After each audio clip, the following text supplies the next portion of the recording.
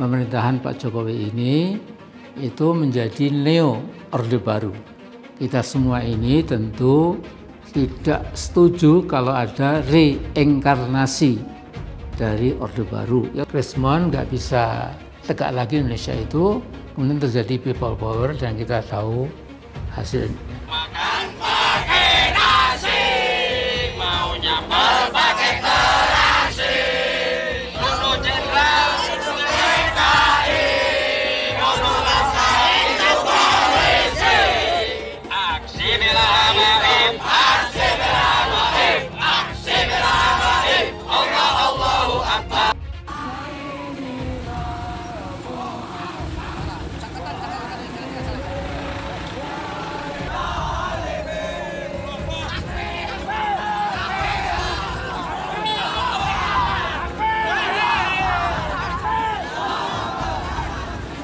Melakukan aksi protes ke kantor Polsek sebagai bentuk tidak ridho kami atas ditangkapnya imam besar kami, 6 syuhada Front Pembela Islam.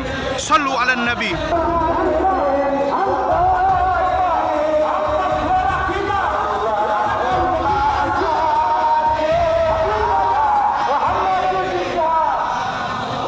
Bapak Kapolda melaksanakan kunjungan kerja. Tentunya ini menggambarkan bahwa TNI Polri sangat solid. TNI Polri seperti saudara kembar yang tidak pernah bisa dipisahkan. TNI Polri siap untuk menghadapi tantangan, gangguan, ancaman, termasuk hambatan apapun yang mengganggu persatuan dan kesatuan bangsa. Semua kekisruhan yang berlarut-larut ini dimulai sejak adanya statement dari Pak Mahfud yang mengatakan penjemputan HRS itu diizinkan. Beliau juga harus bertanggung jawab. Maraknya massa pendukung HRS atau FPI ke Polres-Polres, saya himbau untuk menahan diri, serahkan semuanya kepada proses hukum. Ini akan susah. Ada masalah juga soal Islamophobia dan sebagainya. Saya sih ngelihat tanda-tanda terang akan terbit. Ini menunjukkan yang kuasa semakin panik, semakin tidak percaya diri, semangat otoriternya semakin menggebu-gebu, takut sama bayangannya sendiri. Berharap Pak Jokowi datang dengan kerendahan hati untuk carilah informasi yang benar. Kenapa sih dari sekarang sampai sekarang ini tidak ada panggilan untuk rekonsiliasi gitu?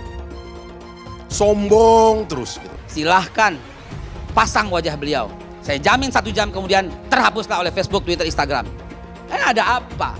Kok sebegitu ditakuti?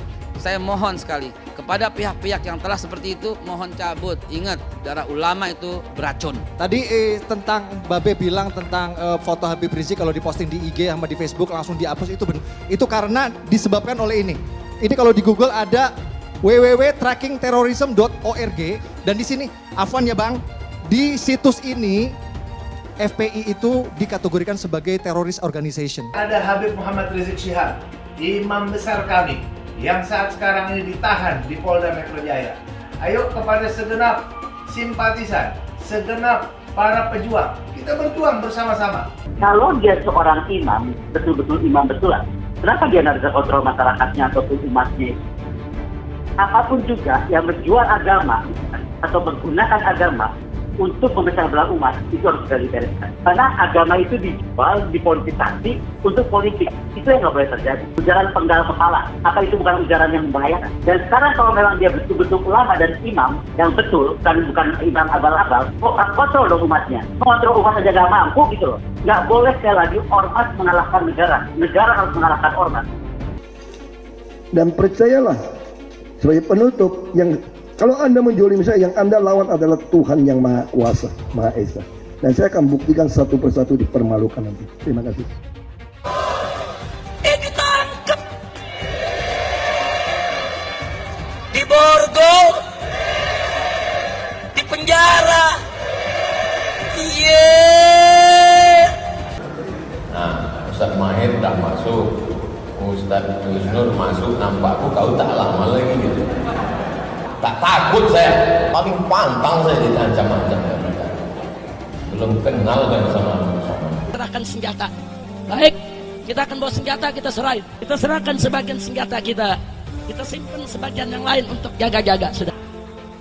Kira-kira jelas tidak? Nggak bisa, saudara.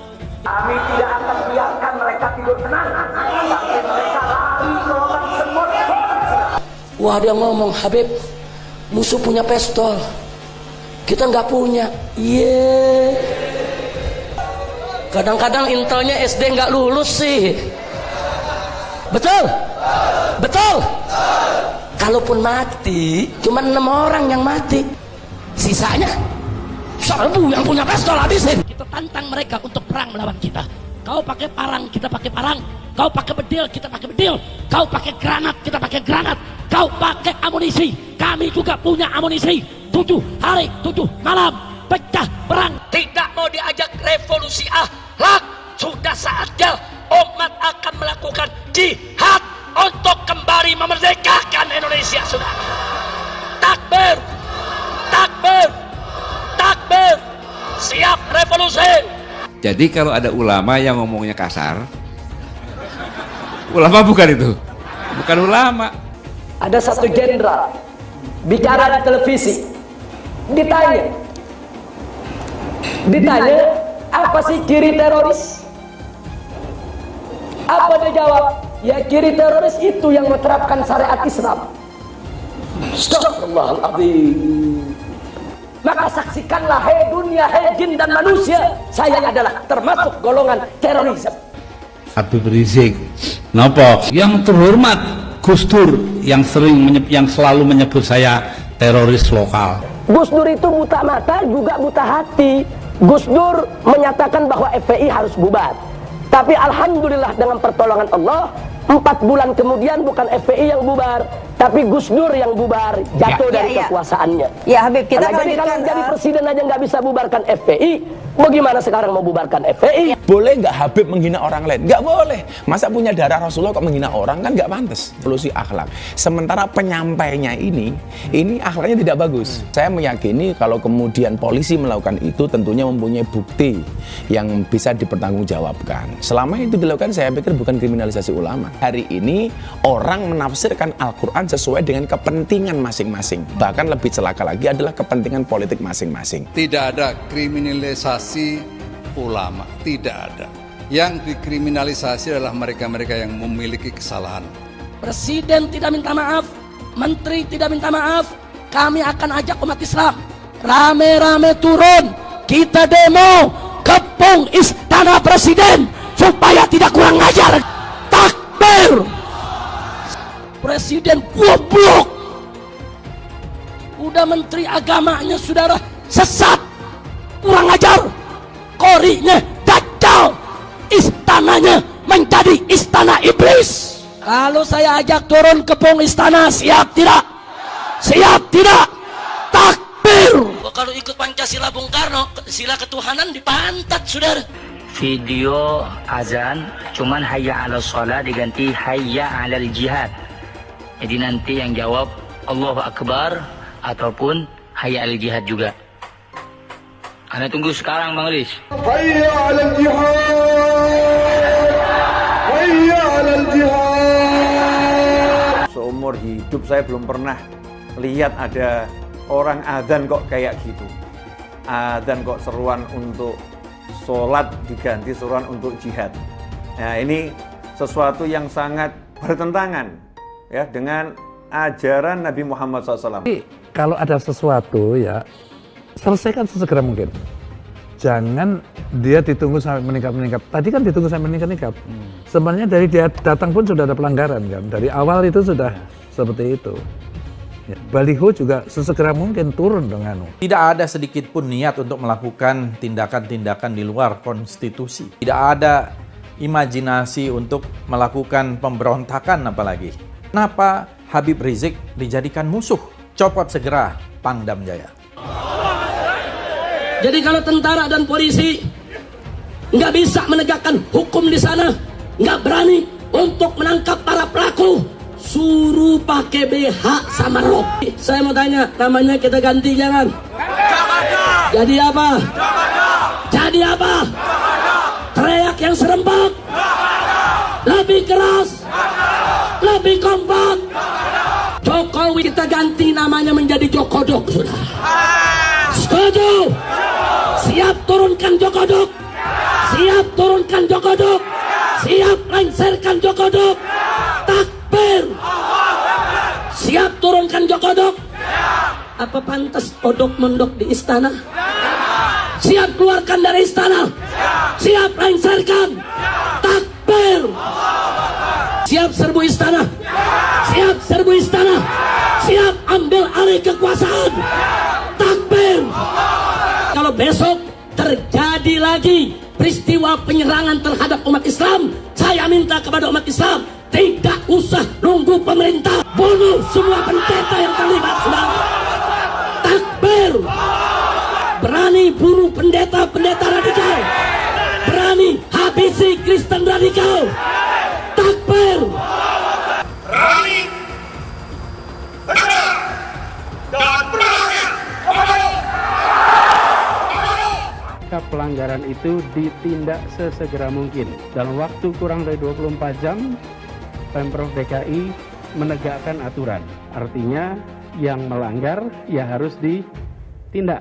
Itulah yang kita lakukan. Kalau ada satu gambar binatang, terus ditulis Habib Rizik, berarti itu menghina saya sebagai binatang. Walaupun itu gambar bukan gambar saya, saudara. Itu penghinaan kepada Nabi alaihi salatu wassalam. Boleh kita menghina Yesus mereka? Apa boleh kita menghina Tuhan mereka? Yang menghina Nabi, menghina Islam, menghina ulama, proses, betul. Kalau tidak diproses, jangan salahkan umat Islam kalau besok kepalanya ditemukan di jalanan, saudara. Takbir! Takbir! Siap bela Nabi, siap bela Nabi, siap mati untuk Rasulullah. Takbir! Kita doakan Habib Rizik, Allah Ta'ala panjangkan umurnya. Jadi pemimpin insyaAllah di Indonesia. Yang kedua, Allah pendekkan umur Megawati Pak Jokowi. Al-Fatihah. Ada lonte hina Habib. Sampai lonte ikut-ikutan ngomong. Lonte hina Habib digagak polisi. Ditangkap enggak? Dijagain. Jangan-jangan minta jatah kali.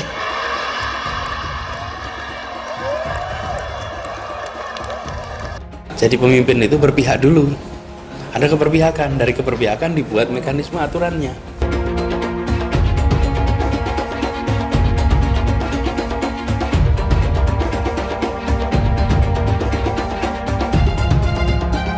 Maka konsekuensinya kita bisa menyaksikan lonjakan kasus seakan kita kembali ke bulan-bulan sebelumnya.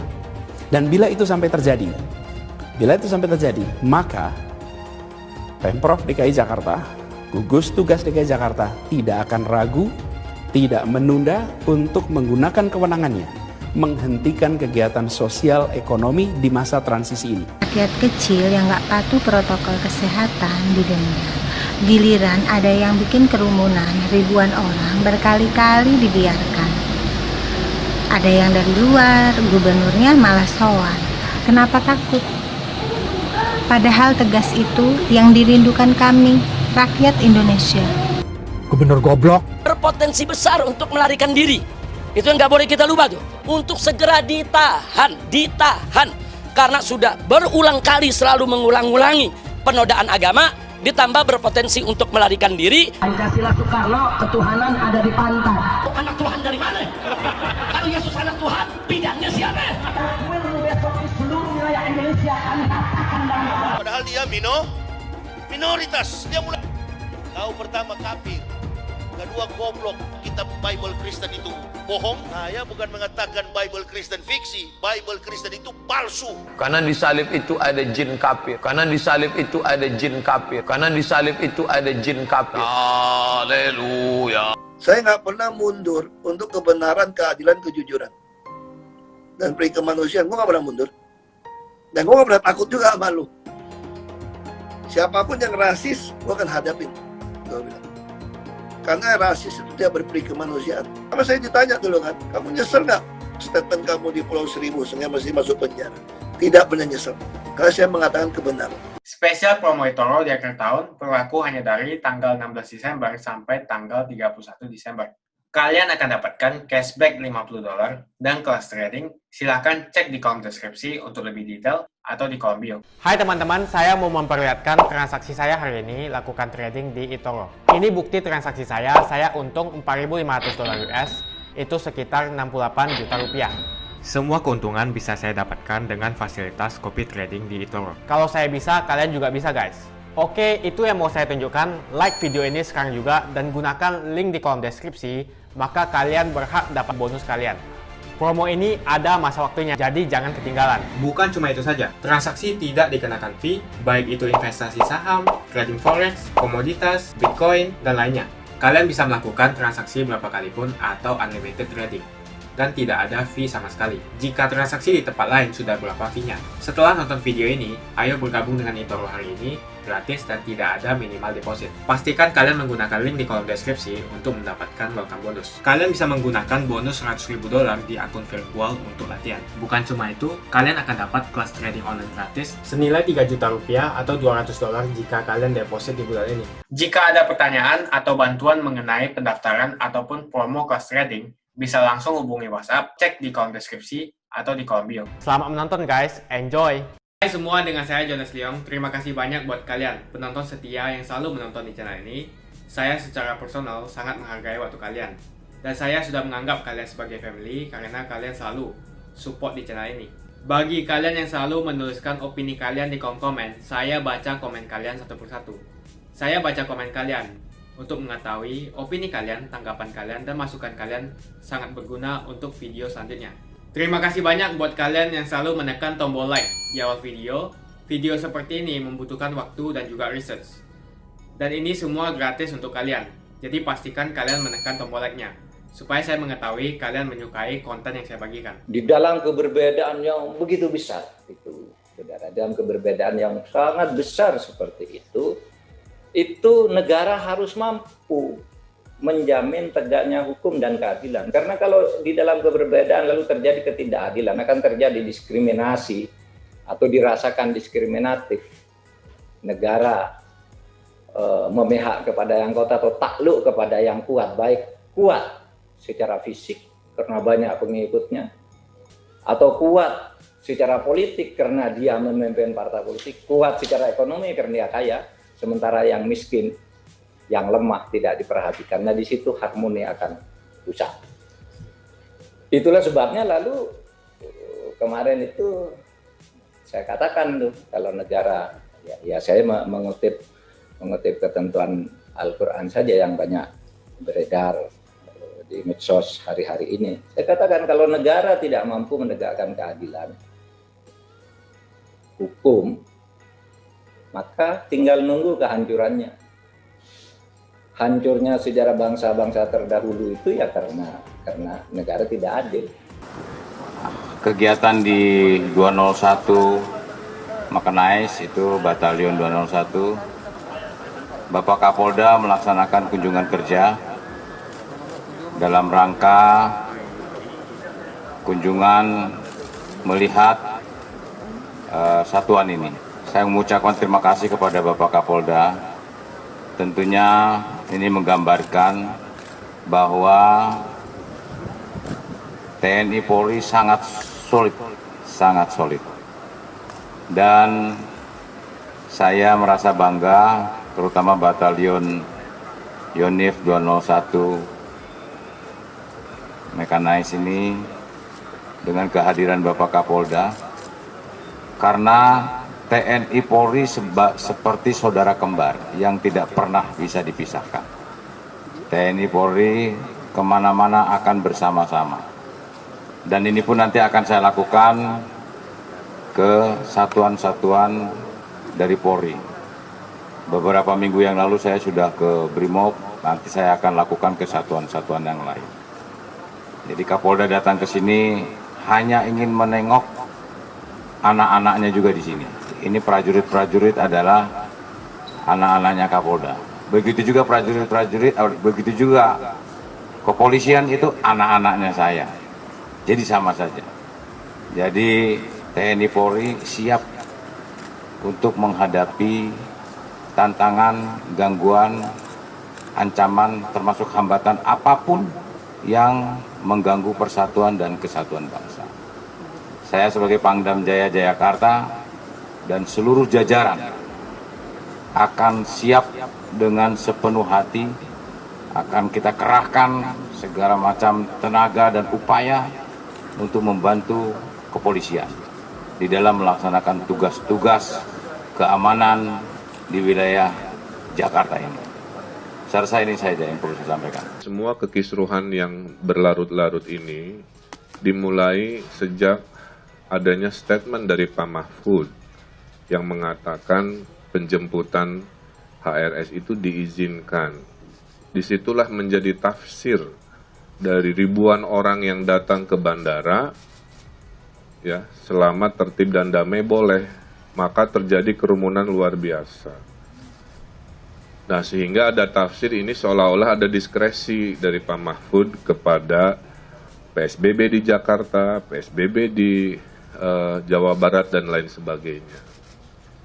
Dalam Islam, adil itu adalah menempatkan segala sesuatu sesuai dengan tempatnya. Jadi, beliau juga harus bertanggung jawab. Tidak hanya kami-kami, kepala daerah yang dimintai klarifikasinya. Ya. Jadi semua punya peran yang perlu diklarifikasi. Kalau Gubernur Jawa Barat diperiksa, DKI diperiksa, kenapa peristiwa di bandara tidak diperiksa?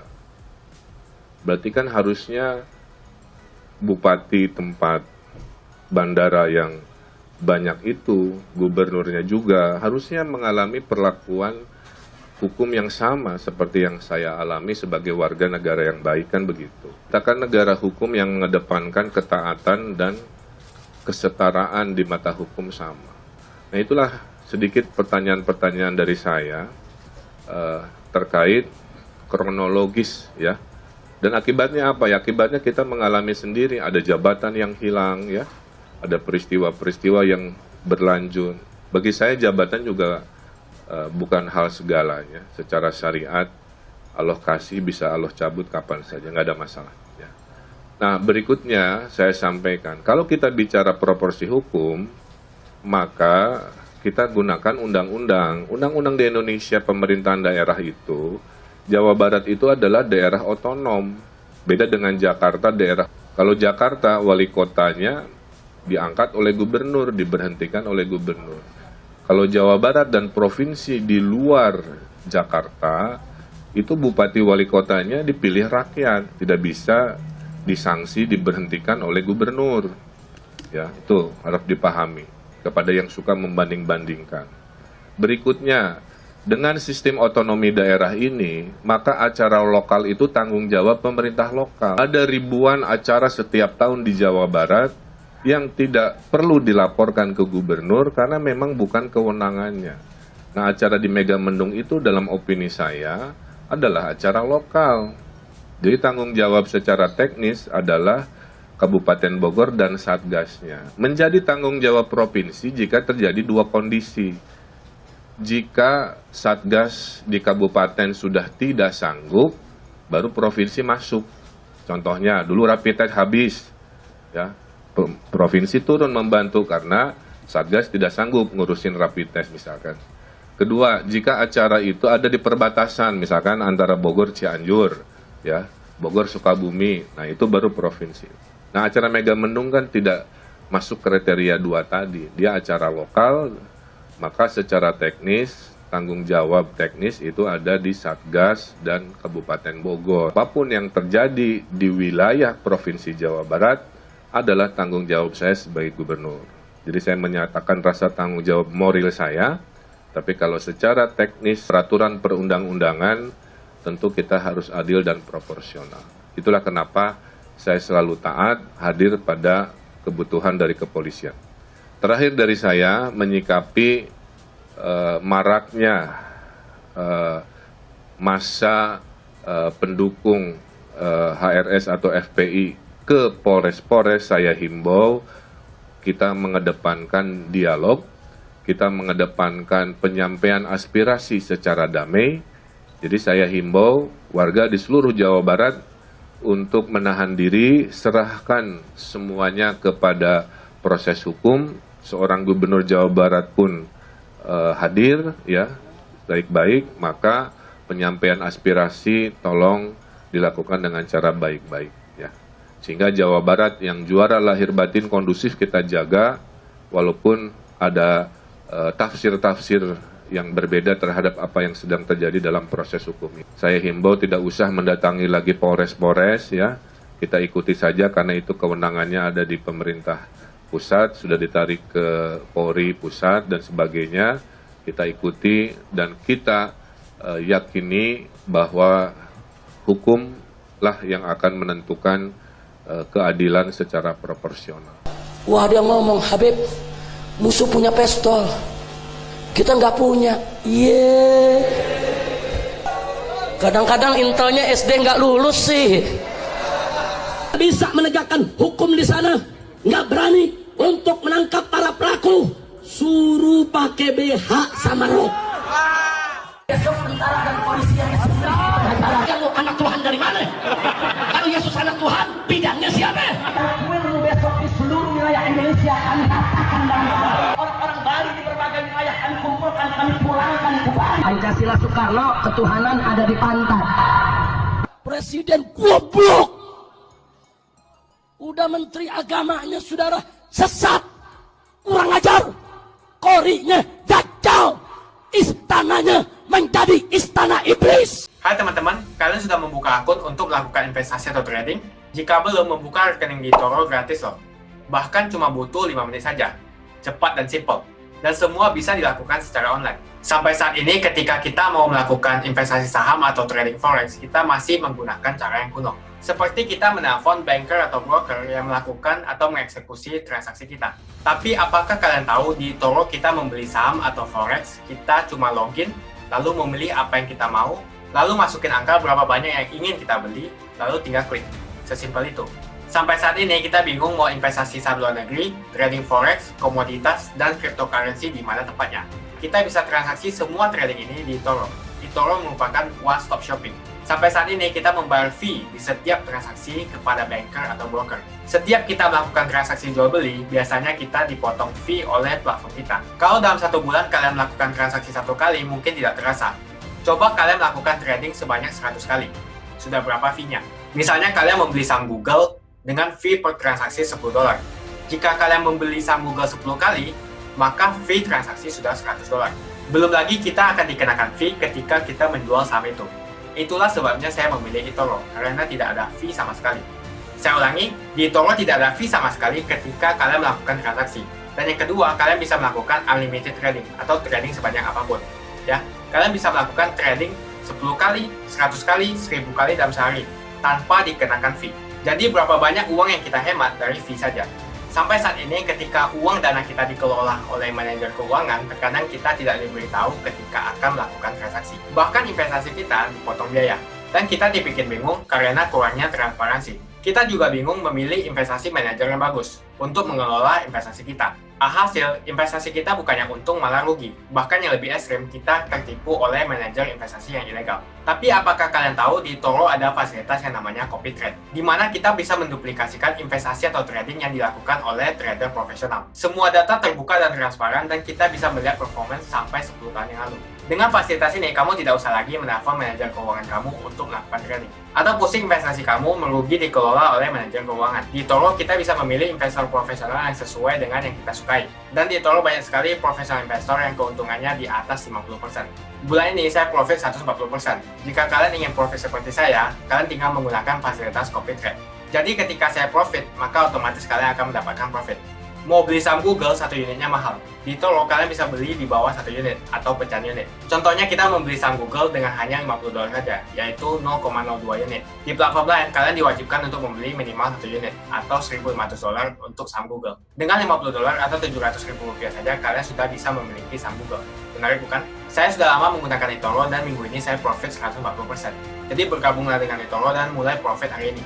Jadi apa yang kalian tunggu? Mendingan kalian cobain sendiri aja deh. Tutorial bisa kalian cek di kolom deskripsi dan kalian harus menggunakan link di kolom deskripsi untuk mendapatkan welcome bonus. Jika tidak, maka tidak akan mendapatkan bonus. Dan gunakan bonus $100.000 di akun virtual Anda untuk mengenal lebih jauh tentang eToro atau bisa digunakan untuk latihan. Bukan cuma itu, kalian akan dapatkan kelas trading gratis yang nilainya 3 juta rupiah jika kalian deposit di bulan ini. Makasih banyak buat kalian yang nggak skip dan nonton video ini sampai habis. Saya secara personal sangat menghargai waktu kalian. Makasih banyak buat kalian yang sudah tekan tombol subscribe dan makasih banyak buat kalian yang sudah tekan tombol loncengnya. Jangan lupa bagikan informasi ini ke teman atau family Anda. Mungkin teman atau family Anda membutuhkan investasi ini. Oke guys, sekian dulu dari saya. Jangan lupa follow Instagram saya di @johannesleongofficial untuk kata-kata motivasi setiap harinya. Bagi kalian yang termotivasi nonton video ini, ayo like video ini dan subscribe di channel ini. Dan buat kalian yang sudah subscribe di channel ini, jangan lupa tekan tombol loncengnya supaya kalian mendapatkan notifikasi setiap kali saya upload video. Hai teman-teman, terima kasih banyak buat kalian yang sudah menekan tombol join atau sudah bergabung di channel YouTube Jonas Leong. Ini adalah salah satu fitur dari YouTube di mana kalian bisa mensupport channel Jonas Leong untuk lebih semangat membuat konten-konten lainnya. Apa kelebihan ketika kalian join membernya Jonas Leong? Yang pertama, kalian akan mendapatkan badge atau tanda khusus untuk kalian semua, seperti ini.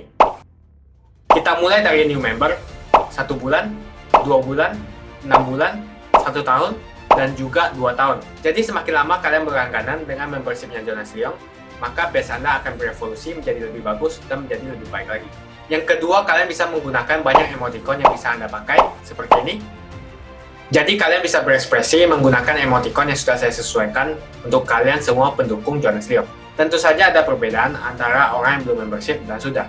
Dari segi tampilan nama yang di-highlight dan juga logo di samping nama ketika Anda komen.